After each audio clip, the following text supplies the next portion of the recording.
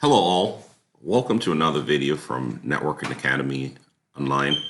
My name is Norrin Phillips and I'll be your instructor for today.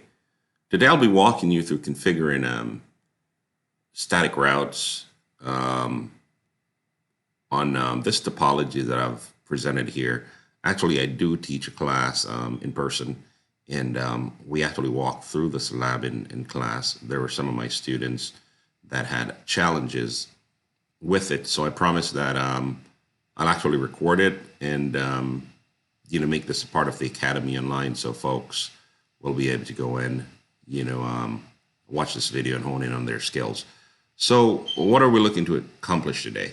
We're going to be completing the basic device configuration. We'll be configuring our switches and routers so that they can be managed over the network by either Telnet or SSH. We're going to be configuring static routes for reachability, and we're going to test that everything works the way we want it to work once we're done. All right, I think I'll have to record this video in two parts. So I will probably go through and configure the IP addresses first, and then after which I'll go through and I will configure the management portion and the routing portion. So let's begin. All right, so the first thing that I'm going to do, I'm going to configure all the interfaces on router 1. That is the interface that's going between router 2 and router 3, the interface between router 3 and the interface between router 1 and router 2, the interface between router 1 and router 3, and the interface, which is gigabit 02, that's going to the LAN side. All right, so let's begin. All right, so here we go, config T, interface gigabit 0/2. We go enter IP address, which is 192.168.1.1.255.255.255.0. We're configuring gigabit 0/1. That's the interface going up to interface gig 0.1. I don't remember where that interface. Okay, I think that's the interface going down to router 3.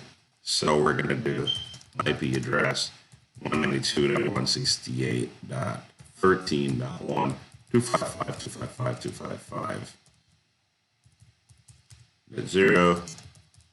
No shut. And we're going to go back into gigabit 0/2. We're going to do no shunt.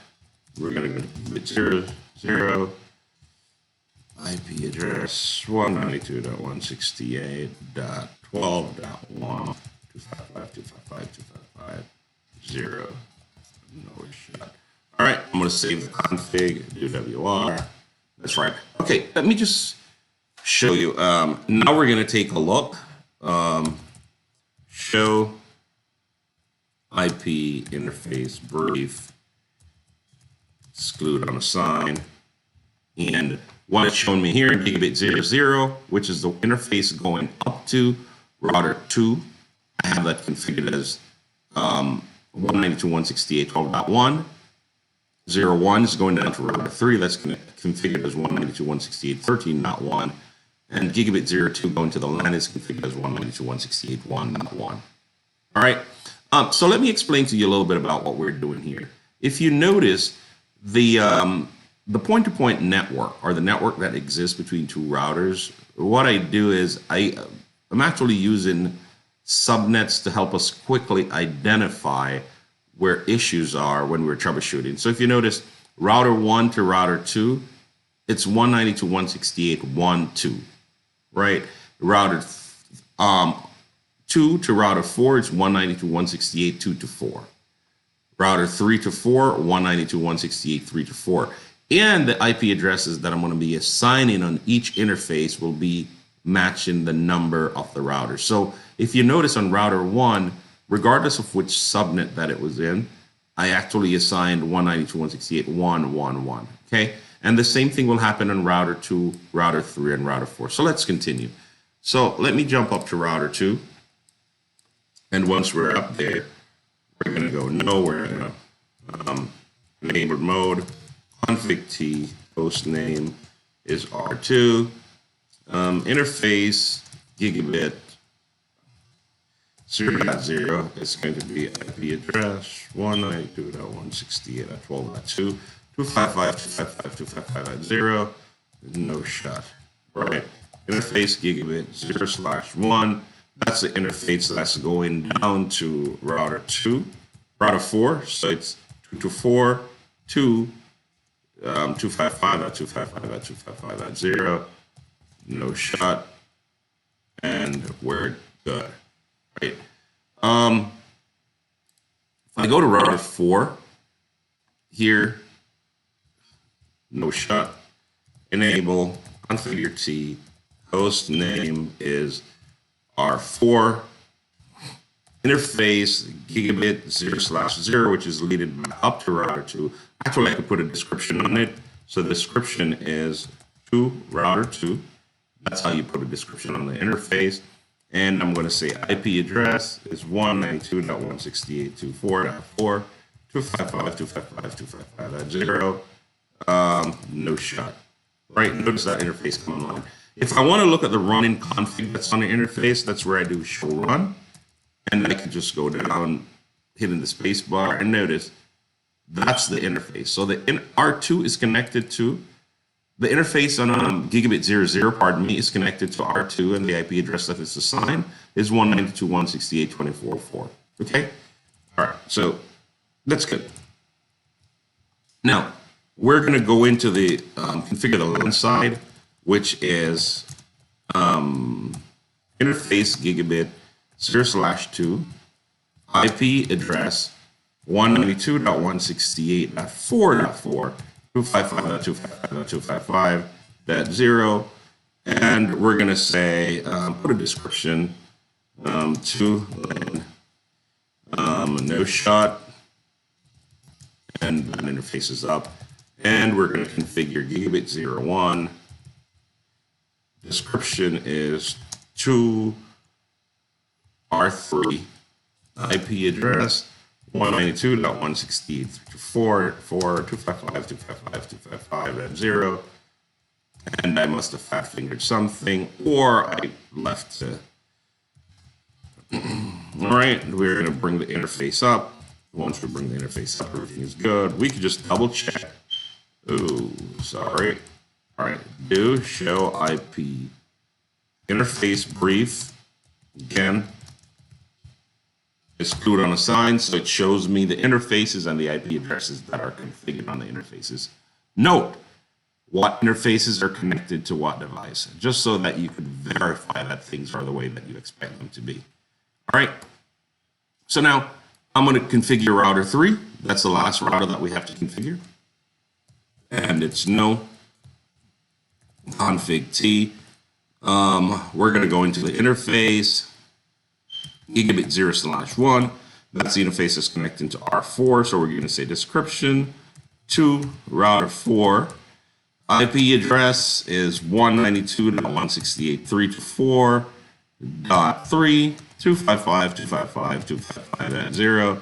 We're going to do a no shut, and that interface is up. And we're going to configure the last interface that's going to router 1. So again, gigabit interface 0/0, description to router 1, IP address 192.168.13.3, 255.255.255.0. To show IP interface brief, exclude unassigned. Notice, right, they're assigned the correct IP address, .3, which is 192.168.13.3 and 192.168.34.3. But if you notice, 00 is saying down, right? And that's the interface that just connected. So the reason it's saying down, it's administratively down. I didn't bring it up yet, so I do no shut. And once I do no shut, you notice it changes to up. And if I were to use the up arrow to go back to where I was and then look, it's now saying up, right? So now we have configured router 1, router 2, router 3, router 4. Let me verify in router 1 if I had assigned a host name. I didn't assign a host name, so let's go and do it. Config T, host name, router 1. Yes? All right, so that's good. So now let's configure this router so that we can actually manage it remotely. So what I'm going to do is we're going to go line VTY 0 to 4, login local.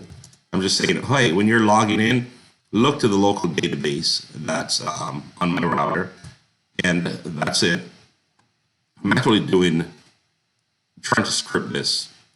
What I'm going to do is I'm going to put the commands. So it's line VTY 0 to 4 and login local, right? And I will also do username is admin, password is Cisco, and I will copy this and paste it into the notepad.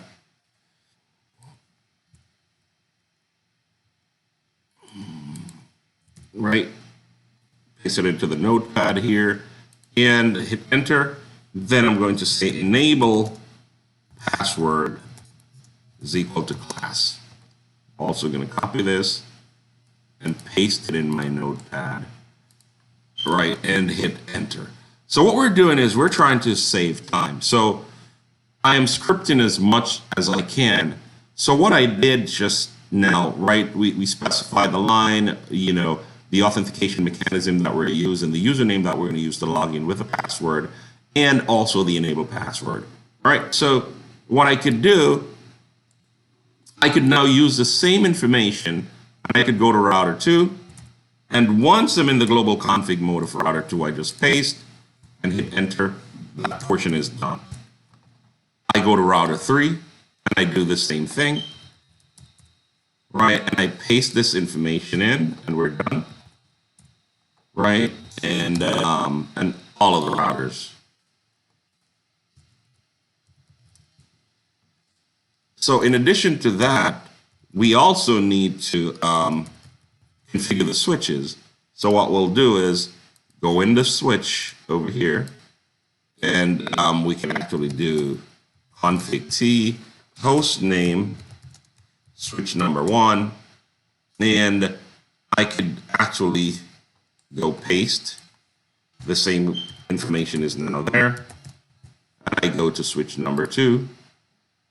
And in switch number 2, I go configure the same thing. Host name, switch number 2, and I paste that information in. All right, so there we go. So we're done with, the remote management config. I think in the initial, when I started recording this video, I mentioned that we're going to use SSH also. So we're enabling for both Telnet and SSH. All right, so let's try to test whether or not we can access our device over IP, right? Because we know we can go into router 1 here. We just configured a username called admin with a password called Cisco, and our enable password is class. So I'm going to go from PC1, and I will check to make sure PC1 has the correct IP address assigned to it, and it does. And we will go to the command prompt on PC1, and I will say here, ping 192.168.1.1, which is the gateway. That's the IP address that's configured in gigabit 02, and it's pinging, no issues whatsoever, right? And what I could do, I could go telnet, and once I do telnet, 192.168.1.1, which is the IP address of the router, and I hit enter, it's popping up and asking me for a username. The username that we decided we're going to use is admin, and the password was Cisco, like we created. Again, I think I fingered something. So it's password now, which is Cisco, and we're in the router. We're going to go enable, and the enable password is class.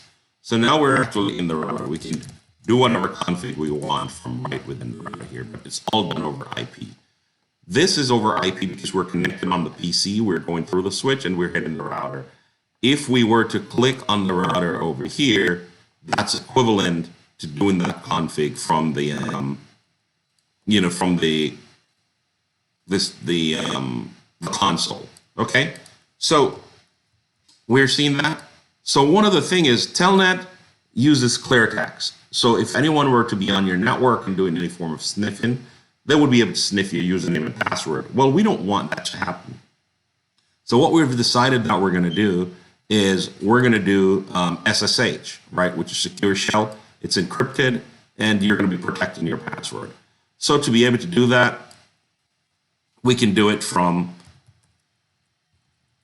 config T, and we're going to say IP domain name. We're going to give it a name, ccna2.org. Just any domain name we could give it. Okay, so in this case, it's CCNA2. Oh my God, CCNA2.org, which we're going to use, and we hit enter, and the commands are this: crypto keygen RSA, right? Hit enter. We're going to use 1024-bit encryption, and now it's done. SSH is enabled, right? Once SSH is enabled, then we can actually come back to our, let me log out of my router. We can back here to the computer, and we're going to say SSH minus L. That's specifying the username, and we're trying to SSH to 192.168.1.1. And it also pops up and asks for a password. In this case, we're using Cisco, and we're using class to get in. Notice it worked, right? No issues whatsoever. If I were to take this config out, if I were to go here, take this config out, right? No. Hit enter. I fat fingered something, by the way, and I did not turn off IP domain lookup, so it's trying to translate. But anyway, I do no IP domain name. I remove that setting, and that will also remove the crypto keygen, right? Because that's a requirement before you can actually set it up. So anyway, that's totally gone. And now that's gone, what we're going to do, we're going to try to do SSH when the computer comes back. SSH is no longer available on this router. So being that it's no longer available there, we will realize that we're not allowed to connect using SSH. Right. So finally, magic of video, the timeout occurred. So being that the timeout occurred, what I'm going to do, I'm going to go back, and I'm going to say, let me exit out of here. I'm going to say SSH minus L. That's where you specify the username, which is admin. And what I'm trying to SSH to is router 1. And I hit enter, and it comes up with it prompted me. So let me see what went wrong. All right, so let's try again. All right, what I did, I just rebooted the router, and so we're gonna go in, we're gonna try to connect, and it did connect, right? So Cisco. Cisco is the password. Enable is class, and we're right in there, right? So, guys, one of the things that we'll have to understand here, it's a great product, packet tracer, but it's not the real thing. And from time to time, you'll run into issues wherein things that are not supposed to work for some reason, they work. I wish I had an explanation for all of these, but when you're doing it on the live iOS, equipment, or the live Cisco equipment, switches, routers, you will have more consistency. I am going to also introduce you to a program called Eve. Eve is an emulation program, and that will actually give you the entire command set that's available in the iOS, whether or not we're working on a switch or working on a router. And you could do a lot more with that. So, as you progress and as you get more advanced in your journey, to becoming a network engineer, you will get exposure to a lot of these different tools and technologies that are available to you to be able to learn this from a virtual standpoint. All right. All right. So I think we're going to go through now and we're going to continue configuring our SSH and all our other devices. And let's grab the, let me just go here and just grab my notepad where I had all this config.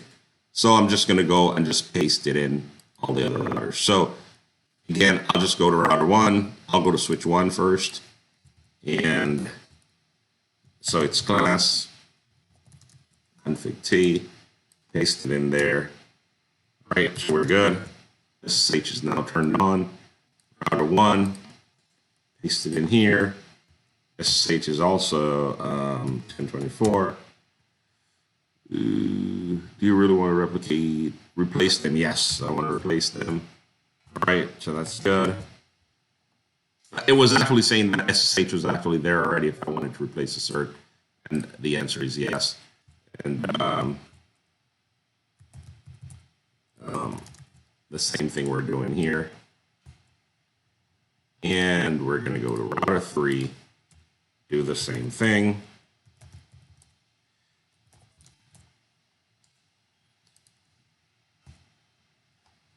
Oh, let me see what happened here. Please define a host name. Okay, so for router 3, we did not give it a host name. So as you see here, you have to have a host name, not the default host name that comes with, that comes with the router out of the box. So you have to change that name first, and once you change that name, then you'll be able to assign them a domain name and do your SSH. And we'll do this on router 4.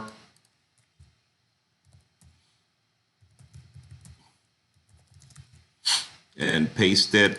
Again, we see the command set that we paste. Just to remind you, this is the command here that we're pasting in. So that's a command that you need to type for, and whatever your domain name is, right? This could be test.com, this could be test.org, and in your organization, it would be whatever your organization name is. So let's say you were working for Cisco, it would be cisco.com or whatever internal name they use over there for their. Yeah. So again, I go over to switch 2, class config, and I'm just going to paste that in. All right, do you want to replace them? Yes, we want to, and we're good. All right, so good. All right, guys, so we have actually, so what have we completed so far? We've actually configured, all our interfaces and all our routers. We've configured the host names, we've configured Telnet, we've configured SSH, and we've validated that SSH and Telnet actually work. But notice, we only did it from,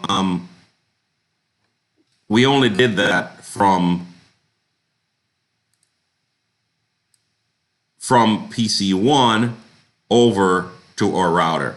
Notice if we were to try the same thing and we're going from PC1 up to router 2, it won't work. And I'll tell you why. The reason it won't work is simply because we do not have routing set up yet.